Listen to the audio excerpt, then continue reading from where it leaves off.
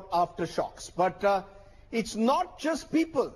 Even Nepal's #1 television channel, Kantipur TV, is out on the streets. It hasn't allowed the earthquake to stop its operations though.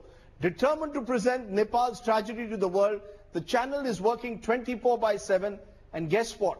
Functioning under a tent. The show, as they say, must go on.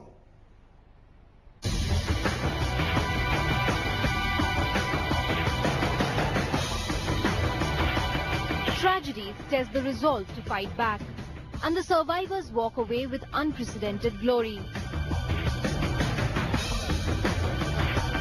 Precisely this is why this Nepali news channel is back. The Kantipur television wasn't spared by the quake either, and the channel has its premises reduced to rubble. But those who decided to present the Nepal's worst nightmare to the world sprung back on their feet within no time. Rains, tremor jolts, sun. The crew is battling it all to narrate the stories of quake-ravaged Nepal. We have a very nice IT team, engineering, who is giving us a very nice support. And we've been able to do this. Yesterday evening, I was interviewing the Deputy Prime Minister, Home Minister in the same studio. So I think if you have a energy, if you are really dedicated, you can do it. A commitment to the voice of Nepal has made them put out a collective fight back. It's very difficult to work here outside, but our team is working 24/7 over here, and even the reporters' friends are going outside in the remote areas through helicopter as well. It's a channel that has been run by more than 50 to 60 people here who've been operating, and with that there are a number of people who are sitting here in open sun. It's rain here, it's chaos. There are hundreds of people who are sitting around. There are people, watchers, there are onlookers who keep on passing by, and then of course watching their favorite anchors and television stars here continuously on screen. These rescue operations are not easy to cover. It is of course risking our lives when we bring the news to you, because at the end of the day it's you who matter, and we'll continue to do so till the time you keep watching us. With camera person Tapas Berry, this is Manogya Loiwal in Kathmandu, Nepal for Headlines Today. Now, Nepal stands shattered after facing its worst nightmare, but the world stands united to help the Himalayan nation limp back to normalcy. The question is, how can you and I help? What can we do to help a country in our neighborhood which is on the brink of a big disaster? Here's how you can make a difference.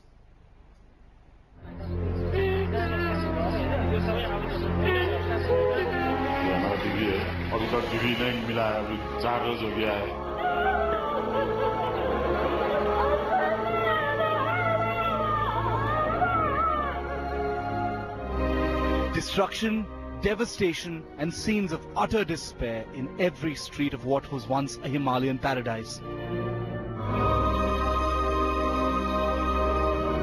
3 days after the ground shook in Nepal, the country struggles to pick up its pieces. TV Today managing editor Rahul Kamal spoke to Nepal's Information and Broadcast Minister on what Nepal needs the most in this hour of crisis. There's a lot of help pouring in from all across the world, from France, India, China, the United States.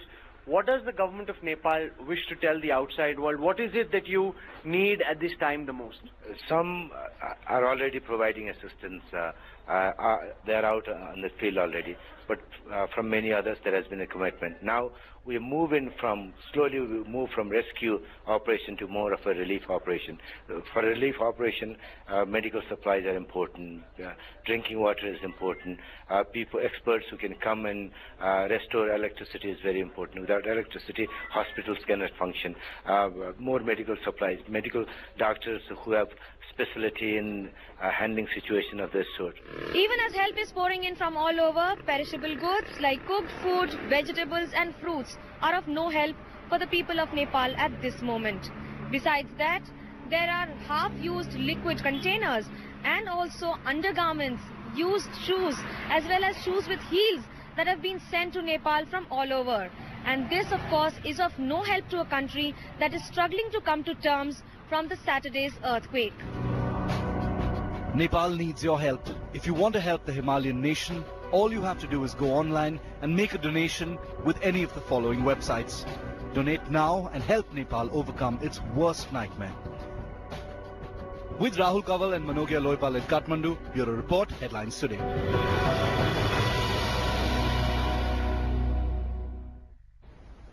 Okay, we're going to tell you now how you can help. Over the next few minutes, on the bottom of our screen, we will give you various organizations that you can support and try and contribute to helping Nepal back on its feet. Joining me now is Kanak Mani Dixit, editor of Himal South Asian, and someone who is Nepal's most prominent voice in many ways.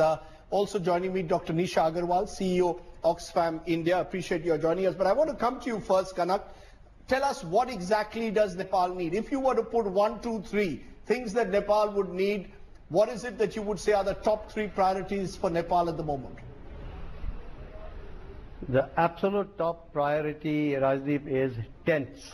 Tents to be brought in as quickly as possible, and those that will last through the upcoming monsoon, and not just tarps to take care of a few days, because there's got to be rebuilding of housing in the post-monsoon phase. That's number 1.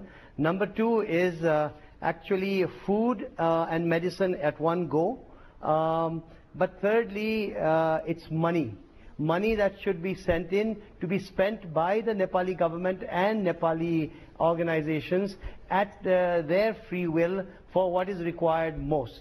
These are the 3 things that we need. I'm just going to press you on that money point, because you know, people have been asking, should they donate straight away to the Prime Minister's Relief Fund here, because the Indian government, Narendra Modi's government, has, you can donate to the Prime Minister's Relief Fund. Is there a fund in Nepal which you would suggest they should donate to? There is absolutely, there is a Nepal Prime Minister's Disaster Relief Fund, and my own suggestion is there is a debate on in Nepal as well, that the government tends to be inefficient, it may be corrupt, it may not, but I think it is important to centralize assistance, and then it is up to the citizenry to watchdog the government. Now, it may be difficult for the next day at least to access and send and make payments from beyond India into a Nepali account, because I believe that the government is working on it. So whichever source, the Nepali embassy in Kathmandu, Nepali embassy in New Delhi also has a website and a SWIFT code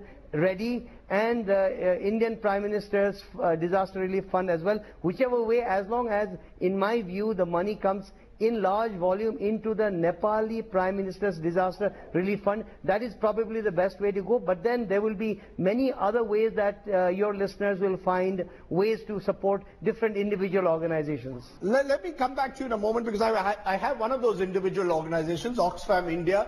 Nisha Agrawal, how can people donate? Should they be giving money? Should they be giving clothes? There you saw Kanak talking about tents. Are you all taking tents, that if people have tent material that they want to give you, or should they come in and where, you know, what for you, for your volunteers working on the ground, is the immediate need? I think for us, Oxfam provides, specializes in water and sanitation. Right. People are living in tents, almost 30,000 people in 16 tents. We are already working there in 4 of them. It's very hard to take goods. So Oxfam actually doesn't take any goods. We only believe that cash is the only way people should donate, because then, as he's saying, we do a needs assessment, and then we procure the things that people need. What at the moment are your volunteers saying is the major need? Tents? Tents is a big one, food is a big one, water, sanitation, medicine. I think these 5 would be the biggest. Right. And is there a centralized point where people can come and give it to you? They can give through our website. There are also many other NGOs. What we believe is, while these choices are good that we just spoke about, there are many people in India who want to help. You know, there is a social link, cultural link. We are getting calls from people all the time, from corporates, from individuals who've supported us in the past, to say we want to be engaged. And so, you know, so far the government of India has not permitted NGOs to work overseas. So that's the permission we are waiting for, and then we are raring to go. But there's Oxfam, there's many other NGOs, Medicine Sans Frontier, Action Aid, Save the Children. All of us are on the ground there already. Okay, you know, given that, Kanak, in the past, as you know, both in the subcontinent, anywhere in the subcontinent, India or Nepal, there's always been the question of corruption. That you give money, will the money actually go to the people who need it most? Is your sense that this disaster, in a sense, will force Nepal's politicians to recognize that the money that goes to the Nepal Prime Minister's Relief Fund will actually go to the people? If an Indian donates to our Prime Minister's fund, which then comes to your Prime Minister's fund, will the money go to the people? Are you confident that people have realized you can't make money out of an earthquake? I can tell you that the Nepali people have become quite alert to the possibilities of corruption and confusion and also inefficiencies. As a result, I am quite confident that we can watchdog this government.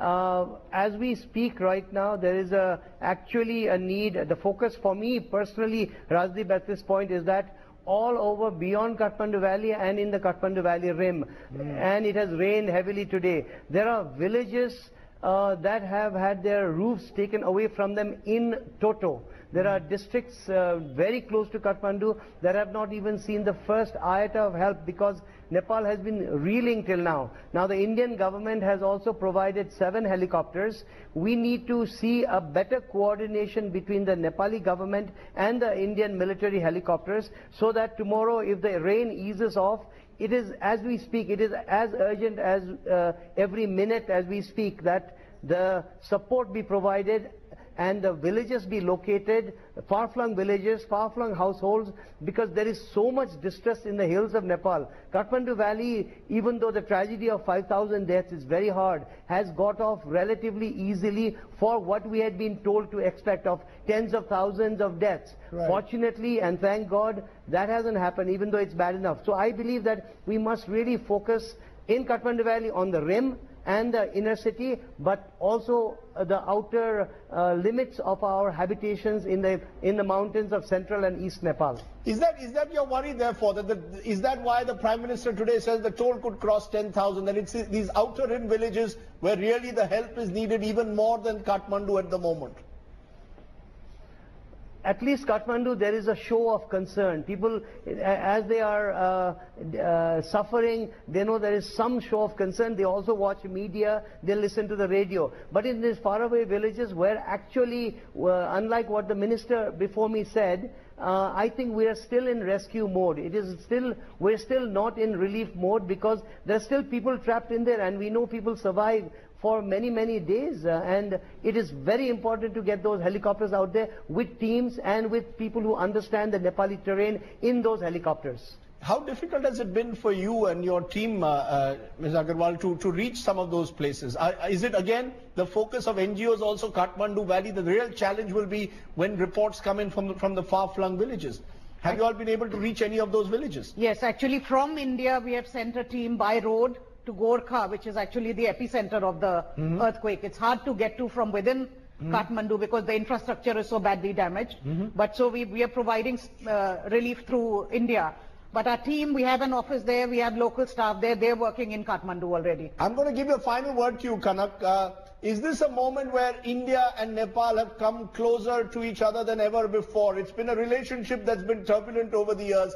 Is this a moment, a turning point in a sense, for a relationship to actually come closer to each other?